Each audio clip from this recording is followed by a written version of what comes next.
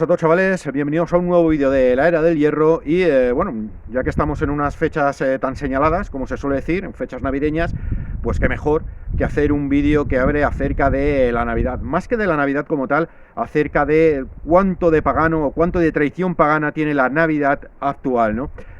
Os he de pedir perdón también porque, bueno, realmente este es un vídeo que tenía programado sacar antes de la fecha del 25 de diciembre, como por otro lado puede resultar razonablemente entendible, pero que por diferentes cuestiones relacionadas con el trabajo y, bueno, una serie de cuestiones que no venían al caso, me ha sido imposible realizarlo. Por tanto, va a salir publicado pasado el 25 de diciembre, es decir, pasada la Navidad. En cualquier caso, creo que es un vídeo bastante interesante y que merece mucho la pena verlo, especialmente pues para todos los que tengáis un poco de curiosidad al respecto y os interese pues la supervivencia del paganismo en el mundo europeo, en la tradición europea, etcétera, etcétera. Os voy a recomendar un libro en el cual baso gran parte de los textos que voy a tratar en el siguiente vídeo, y que se llama Historia de la Navidad, el nacimiento del goce festivo en el cristianismo, de Alberto del Campo Tejedor, editado por Ediciones El Paseo. Aquí tenéis la portada. Es un libro además bastante grueso, es un libro muy bueno, a mí me ha gustado muchísimo, y el autor, Alberto del Campo Tejedor, hace un análisis de todo lo que son las tradiciones navideñas con un origen pagano, remontándose inclusive hacia el tiempo de Roma, es decir, nos habla de cuánto de tradición romana tiene muchas tradiciones navideñas actuales, pasando posteriormente por la tardoantigüedad, plena Edad Media, Alta Edad Media, Baja Edad Media, Renacimiento, etcétera, etcétera. Muchas de las tradiciones que aparecen aquí, algunas de ellas especialmente medievales, han sido ya olvidadas, han sido desterradas, como por ejemplo una muy curiosa que me ha parecido extremadamente, no sé, me ha llamado mucho la atención, que se basaba en un culto relacionado con un ciervo. Haré un vídeo de ello, por tanto no os voy a destripar demasiado, leeros el libro si os interesa. Esas tradiciones ya fueron evidentemente consideradas herejía por la Iglesia cuando se fue asentando en Europa, pero otras muchas siguen presentes a día de hoy y son muy curiosas. Así que os recomiendo este libro, que lo leáis para que bueno, pues, lo utilicéis como complemento del vídeo que vais a ver a continuación. Vamos ya sin más con el vídeo.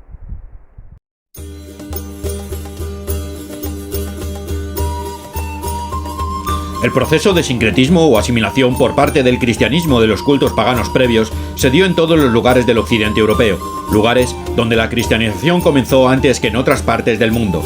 La mayoría de los cultos paganos originales del continente terminaron por difuminarse con el cristianismo en los primeros 5 siglos de nuestra era. Pero ¿cuáles fueron las claves que favorecieron la mezcolanza y las adaptaciones del cristianismo de los cultos anteriores?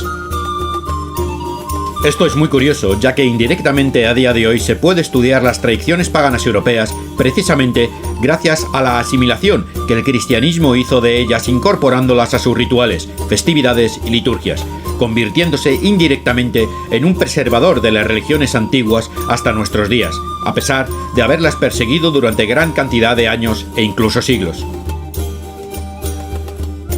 Vamos a hacer un parón aquí porque realmente quería resaltar esto que estamos comentando, ¿no?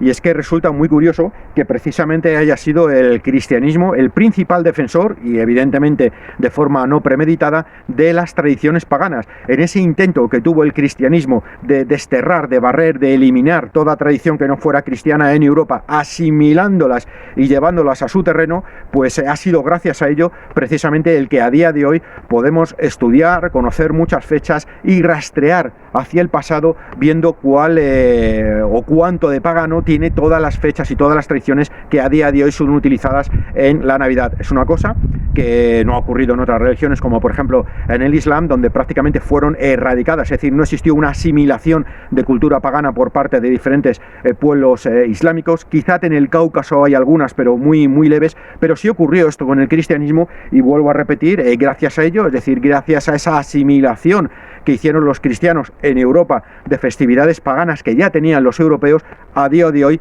podemos conocer cómo fue muchas de las creencias de los antiguos europeos.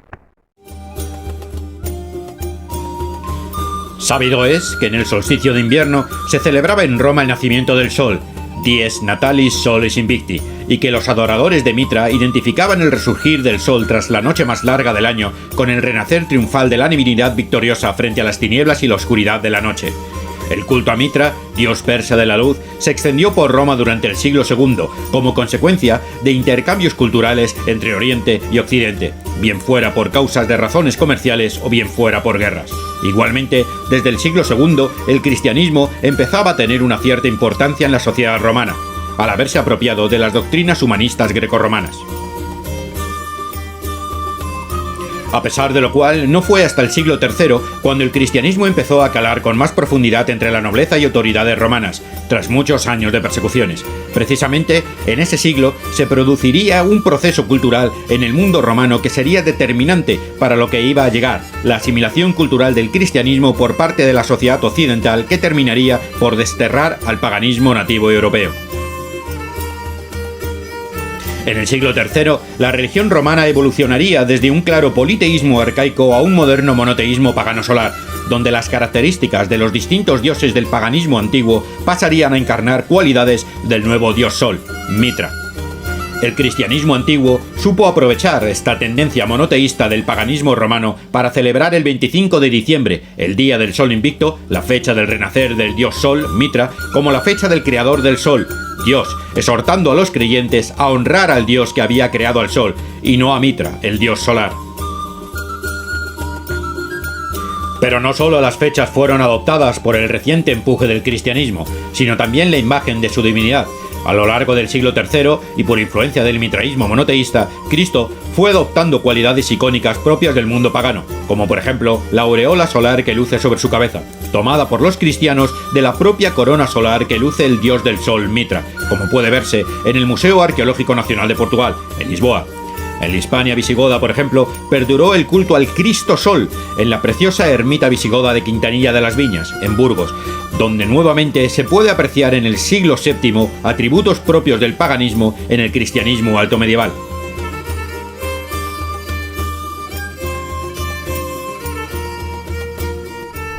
Esto que hemos estado hablando anteriormente es vital, es decir, la asimilación que hicieron los cristianos de Mitra y a su vez la propia asimilación que hicieron los propios romanos de Mitra, haciendo de él un dios monoteísta que reunía todas las cualidades de los dioses paganos politeístas antiguos, fue vital para que realmente los cristianos tuvieran muchísima más facilidad para llegar al pueblo, diciendo que realmente Mitra, el sol renacido, el sol resplandeciente, no era tal y se debía de adorar al Señor del Sol, que no era, como ya digo, Mitra, sino que era Jesucristo, igual que Mitra, renacido tras vencer a las tinieblas en la fecha de la Navidad. Seguramente, muy seguramente, de no haber existido esta asimilación por parte del mundo romano en esa especie, como ya hemos comentado, de monoteísmo pagano en torno a Mitra, pues el cristianismo hubiera tenido mucha más complicación de poder llegar al pueblo como llegó y como, bueno, pues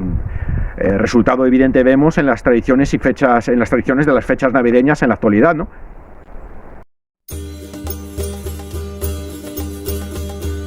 En los primeros años del cristianismo, la resurrección fue con mucho la fiesta más importante del calendario, que se articulaba en torno al misterio pascual.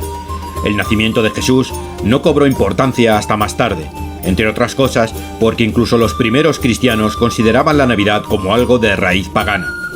La Iglesia tuvo que afrontar una teología de misterio de la encarnación y del nacimiento de Cristo, en una sociedad en la que se celebraba casi por igual las fiestas paganas y los populares nacimientos del dios Sol. Por ello, desde el Concilio de Nicea, en el año 325, la propia Iglesia defendió el dogma de que Cristo era Dios desde el instante del alumbramiento, por lo que surge la necesidad de encontrar una fecha para la celebración de su nacimiento. Clemente Alejandrino propuso el 18 de abril como fecha clave, pero fue finalmente el 25 de diciembre propuesto por el Papa Liberio la fecha que se acabó imponiendo desde el año 354. Así pues, no es de extrañar que el arzobispo de Milán, San Ambrosio, padre de la Iglesia y uno de los 33 doctores de la Iglesia Católica, hablara en uno de sus sermones navideños del siglo IV, concretamente en los sermones del 12 al 17, vinculando en ellos a Cristo como el nuevo Dios Sol, un Dios de luz, justo, Padre y sabio. No sabemos con exactitud cómo celebrarían la Navidad y la Epifanía los primeros cristianos de los primeros 5 siglos de nuestra era, Pero sí sabemos que durante todos esos años el sincretismo cristiano con lo pagano fue absoluto. Los cultos locales en gran parte de Europa estaban fusionados con tradiciones nativas que habían sido cristianizadas por asimilación cultural. La más importante de todas estas corrientes culturales, por lo extendida de la misma, gracias a la romanización previa, fue la tradición romana y su religión de corte grecolatina. Una tradición cultural que en buena parte de la Europa romanizada, desde las Galias hasta la Germania, pasando por Hispania, celebraba entre el 17 de diciembre y el 24 del mismo mes las conocidas fiestas de Saturno, las Saturnalias, unas festividades que honraban la edad de oro del reinado del dios.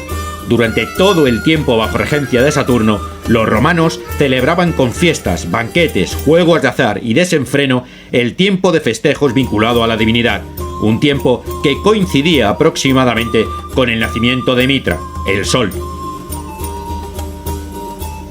En los cultos mistéricos adoptados por los tardorromanos, el 25 de diciembre era la fecha más importante, pues según el antiguo calendario juliano, el 25 de diciembre era la era en la que el dios de la luz, Mitra, vencía a las tinieblas y a la oscuridad. Sabiendo esto, y conociendo igualmente que para gran parte de las poblaciones paganas europeas el solsticio invernal era una fecha a celebrar, no es muy difícil deducir que, unido esto a la conexión que desde el siglo III vinculaba a Cristo con el Sol, al monoteísmo pagano de culto solar de Mitra y a la política cristiana diseñada para sobrevivir entre el pueblo asimilando las tradiciones paganas, el cristianismo como tal terminaría por monopolizar la festividad de la Navidad, como la fecha en la que Cristo, el Sol, nacía. Idea que terminaría por imponerse hasta nuestros días en las distintas celebraciones religiosas y sociales que disfrutamos, muchas de las cuales igualmente tienen una raíz pagana. Antes habíamos hablado de las Saturnalias. En dichas fiestas era tradición reunirse en cenas donde el pueblo abusaba de la comida y la bebida en una evocación de la fertilidad simbolizada por la comida abundante compartida por la familia durante la cena. No hace falta señalar que actualmente, tanto en Navidad como en Año Nuevo, todo Occidente celebra las fechas religiosas con abundantes cenas, las cuales, como ya hemos visto, tienen un origen pagano, que se remonta a las fiestas invernales previas al renacer del carro solar.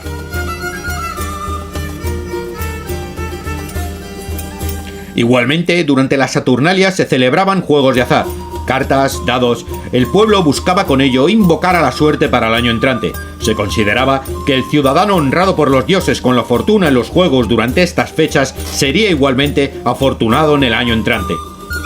Tampoco hace falta señalar la similitud de esta tradición con otra típica de las cenas navideñas modernas. En Nochevieja es tradición que tras la abundante cena la familia mate la noche con algún juego de azar, eso sí, algo más moderno como el bingo, tradición conocida por los más viejos y que tristemente los jóvenes ya no mantienen con vida, olvidando con ello a aquella tradición romana de invocar la suerte para el año entrante por medio de los juegos de azar, en la noche del Año Nuevo.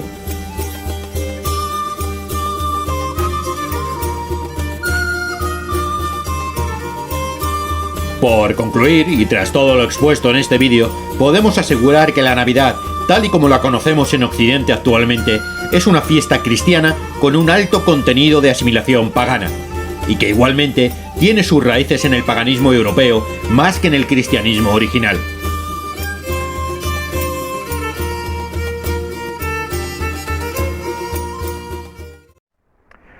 Bueno chicos, pues hasta aquí el vídeo de hoy. Además aquí en el monte ya empieza a oscurecer. Ya sabéis que en estas fechas es complicado poder realizar cualquier cosa que no sea en torno a una familia.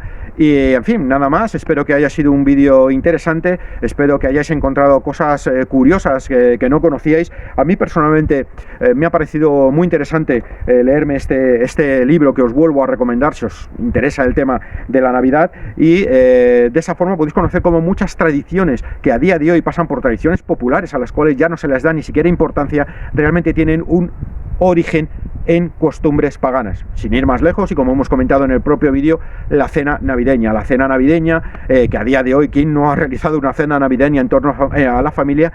Y quién conoce el verdadero significado. Seguramente nadie conoce ese significado, ¿no?